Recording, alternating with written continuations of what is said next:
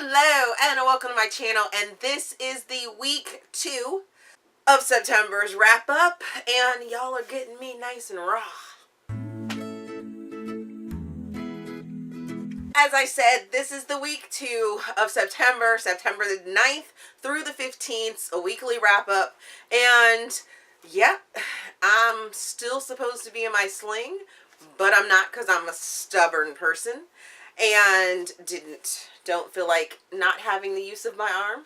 So it still hurts a lot. By like Thursday, I was like, oh my God, I'm so much pain. And like even today, I'm still in pain. And yeah, so I have worked really hard this weekend to sort of clear off my entire reading list that I had. And oh, I've read like so many books since to close out, because Contemporaryathon starts tomorrow, and yes, all the yeses. So if you want to see what my TBR is for Contemporaryathon, stay until the end of this video. I will run back over what I will be reading next week as well, and you can also see the video that I did for that as well up there. So what I read last week, we'll start off the week with A Game Set Match by Malone, and this is a reread for me. I read it because it's an interracial relationship book. I needed to refresh my memory about this book. I've read it in the past. It was a reread, as I said, and I actually gave it 5 stars when I read it before, and now I'm kind of downgrading that to 4 stars.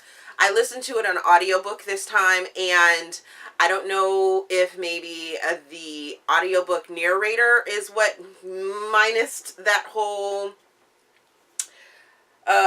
star rating there, but yeah, I wasn't necessarily feeling it. I still really enjoyed the camaraderie between Josh and Izzy, but I wasn't feeling the narrator's voice for Izzy. Her voice was completely different to me in my mind when I was reading it.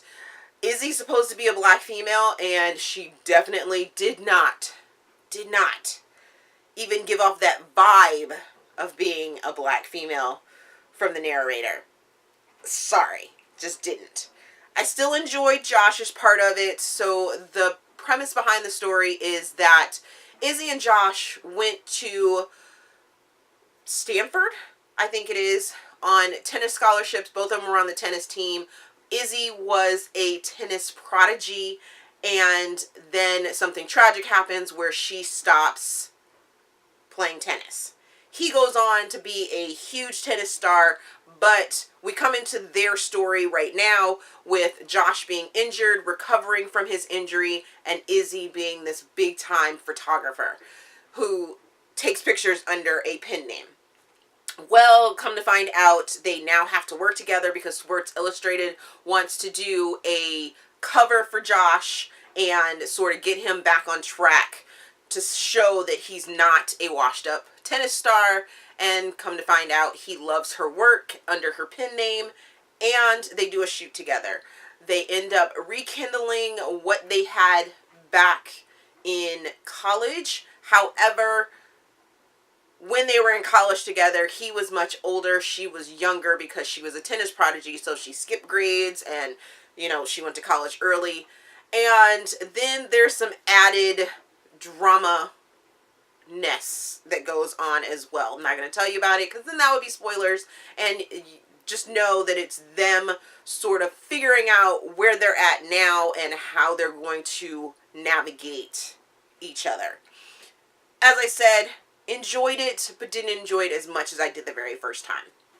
The next book I read was Making Up, which is book number 3 in the London Celebrities series of standalone books by Lucy Parker, and I placed this one in Contemporary.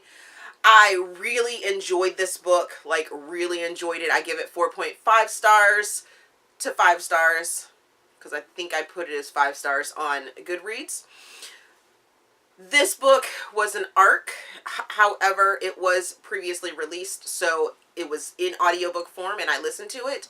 It placed in an arc as being an interracial couple, and it's going to be used as part of a video that I'm doing for Harlequin as well. So I must have been on like a serious second chance kick, because this book is about Trix and Leo. Trix is an acrobat in a sort of Cirque du Soleil show in London, and Leo is an amazing makeup artist that has an incident happen where he now needs to rebuild his reputation, and the two of them have a past as well. So yeah, you get to see all of that dynamic, and the narrator for this book really did an amazing job. She is British, and the characters are British, so it took me a little bit to get into sort of the British slang that they were using, or lingos and things like that, but overall I really enjoyed this story, and I didn't feel that it was an interracial relationship story until the very end, when they gave a bit of a description of what Leo looks like. So yes, thumbs up to that. I'm all for a book that doesn't use interracial relationships or the fact that the couple is interracial as sort of the trope or the plot line or the drama filledness. Yes, awesome job, Lucy. The next book I read was Bear, which is Exposed #2 by Sarah Robinson. And this book I had in the past, and I was supposed to read it as an arc, but I never got a chance to. Now I got a chance to listen to the audiobook, and I really enjoyed it. I give it 4.5 stars. Once again, this is another second chance story. And in this one, we have Tegan, who is a choreographer, and Reed, who is this up-and-coming, or actually he's a big movie star, and he pulls a role where he has to dance, and Tegan ends up being his choreographer. They have a sordid past. Things happened, and you find out that there is an 8-year break, I believe, between the two of them, and then you find out the reasons why there's this 8-year break, and the things, the miscommunications that went on, and I just really enjoyed this couple. The next book I read was Block Shot by Kennedy Ryan. This is the second book in the Hoops series of standalones. I placed this one in Contemporary as well. Another second chance love story, and oh, yes. Kennedy Ryan is an amazing author. Oh my God. I give this book 5 stars. 5 humongous stars. If I could give it more, I would, but I can only give it 5 stars right now, and it just blew my mind. I mean, it is an interracial freaking relationship. Black author, let's see, what else? Badass freaking heroine. She's Latina, and just so many yeses. I read this as an arc. It released early last week, and just so many yeses. So the story behind this is that Banner and Jared went to college together. He liked her. She had some self-esteem issues and some self-confident issues and things like that. He was very handsome, but he was very cold at the same time. And she didn't see him as ever being interested in her, and he was afraid to be interested in her. And it was so amazing. So amazing. This is like the serious girl power book for this year. Oh my God.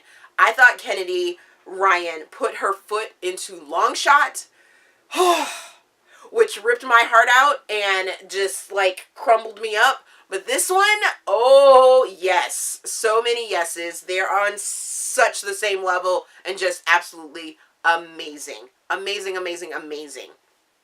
So amazing.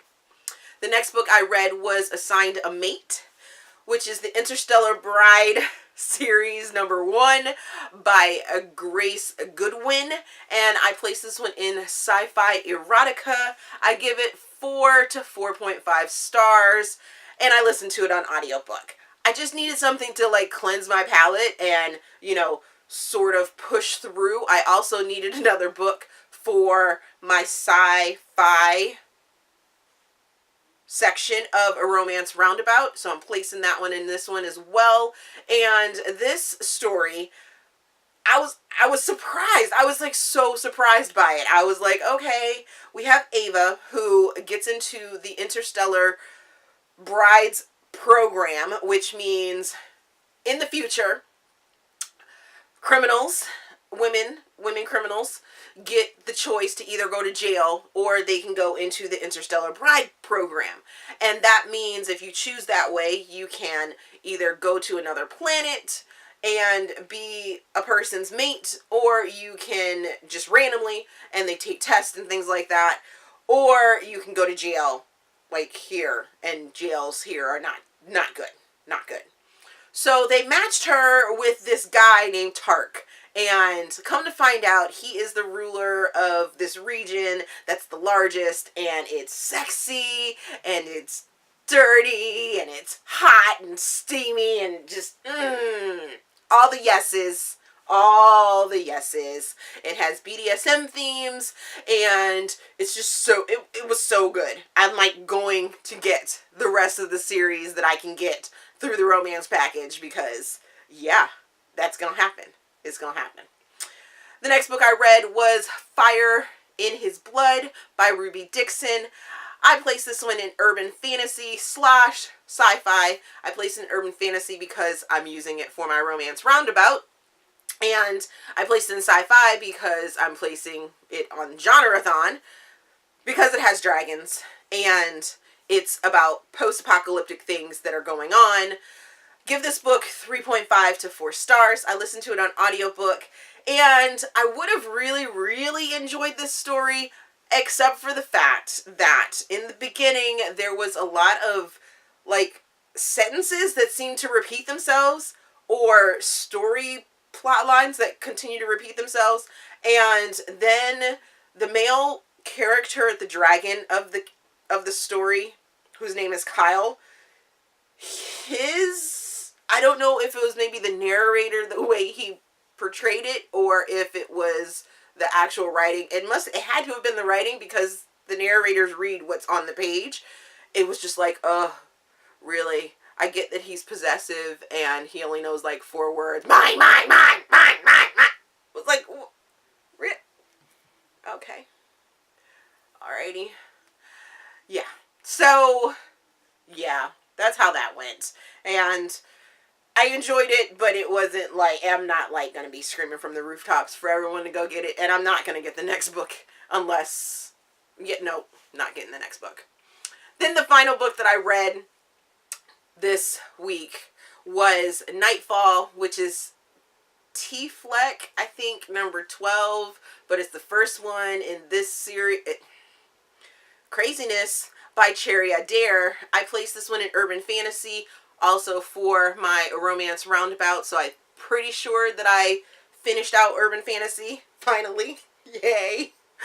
I give this book 2 stars. I listened to it on audiobook. It was painful. It was oh so painful. So Simon is this like wizard and special forces guy who is in Africa to help a friend out and find another wizard that is like tormenting this African country, and his wizardry powers are on the fritz. And then you have this woman named Kess. Yeah, like Kess. Really? She's a PR person in Africa, and she wants to go out to all of these like remote villages and stuff like that because things are going on to help the president out. The same guy that Simon is helping out, but she wants to do it all on her own. Don't you know there's wild animals and craziness that goes on? I wanted to get down with it. No, I couldn't. I just couldn't. I didn't feel the sexual chemistry between them, and then his whole thing about his issues with his magical powers being on the fritz, and it just okay. So it got over. I was just done with it. I was like, I will not be reading the rest of that series. I'll be taking it off my favorites list too. Alrighty, so that was the list of things that I read last week. Let me know down in the comments if you have read any of those things, what your thoughts on those are. And here is a quick rundown of the things that I will be reading for Contemporaryathon, which starts tomorrow, September the 17th, and runs until the 23rd. For the Contemporary, with an orange cover, I will be reading Changing It. I'm no longer reading Wonder Woman Warbringer.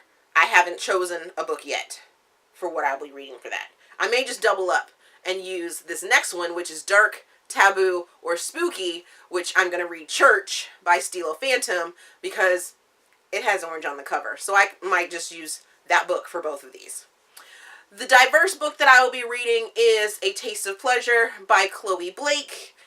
A non-traditional format book that I will be reading is Autobiography by Christina Lauren. Initials, somewhere on the cover, my initials, somewhere on the cover, I will be reading The Controversial Princess by Jodi Ellen Malpas. New to me author that I will be reading next week is In Tune by J.N. Welsh. And my 5-star prediction for next week, I might change it, not sure yet, but right now it's going to be Perfectly Imperfect by Harper Sloan. Yes. Are you participating in Contemporaryathon? Let me know down in the comments. I have checked out quite a few of your TBRs already, and yeah, I posted to Twitter about my feelings on that. There are lots of YA and NA, new adult, books that are being suggested. I ran out of time, so I wasn't able to do my own recommendations video for you guys, so you're not getting a recommendations video from me with adult contemporary on there. But as always, if you enjoyed this video, please give me a big thumbs up and subscribe to the channel. Also, there is a feedback form down in the description box so you guys can help me improve my channel. Thank you for watching, and we will see you guys later.